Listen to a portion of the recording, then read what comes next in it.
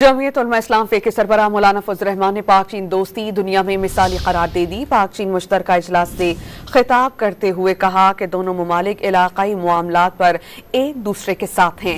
कश्मीर से मुताल्लिक पाकिस्तानी मौक़िफ़ की हिमायत से चीन से इजहार तशक्कुर किया।